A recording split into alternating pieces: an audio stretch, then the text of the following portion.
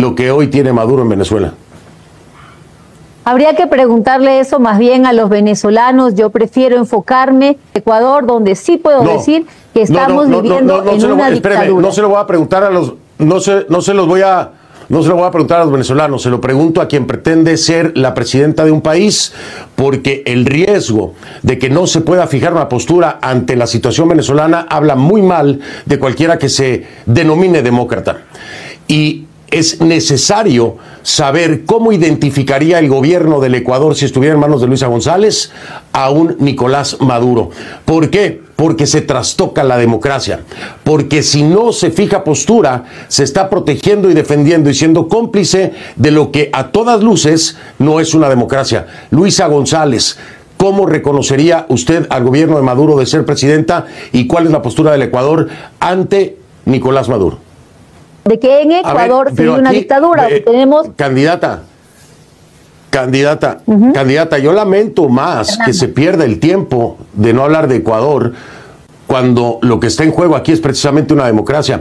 Cuando alguien pretende ser la presidenta de un país y no puede fijar postura ante un régimen que está acusado de violaciones de derechos humanos, ¿cuál es el peligro y por qué esto atañe a Ecuador? ¿Y por qué una candidata debería fijar una postura?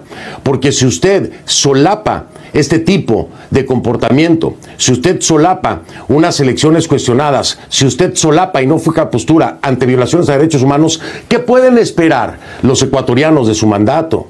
Esto es de Ecuador, esto es importante para Ecuador, porque tener a una mandataria que no pueda fijar postura sobre un régimen que ha sido acusado ante la Corte Penal Internacional y no pueda usted condenar las presuntas violaciones a derechos humanos, el presunto fraude electoral cometido en Venezuela, si usted no puede fijar postura ante eso, entonces ¿qué le puede esperar a los ecuatorianos? Que usted adopte las mismas figuras porque para usted no representan una violación a todas luces de la democracia, siendo una demócrata, de la protección de los derechos humanos, siendo una candidata a la presidencia.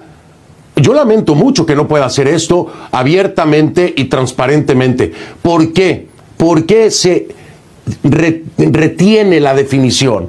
¿Por qué no se quiere arriesgar a definir? ¿Por qué no le quiere decir a los ecuatorianos: soy una demócrata que defiende los derechos humanos, que no comparte violaciones a derechos humanos, que no puede apoyar un proceso electoral que ha sido calificado prácticamente como un fraude? ¿Por qué no puede decírselo a los ecuatorianos? ¿Por qué tiene que esconder una real definición de demócrata que no puede apoyar un proceso electoral que ha sido calificado prácticamente como un fraude? ¿Por qué no puede decírselo a los ecuatorianos? ¿Por qué tiene que esconder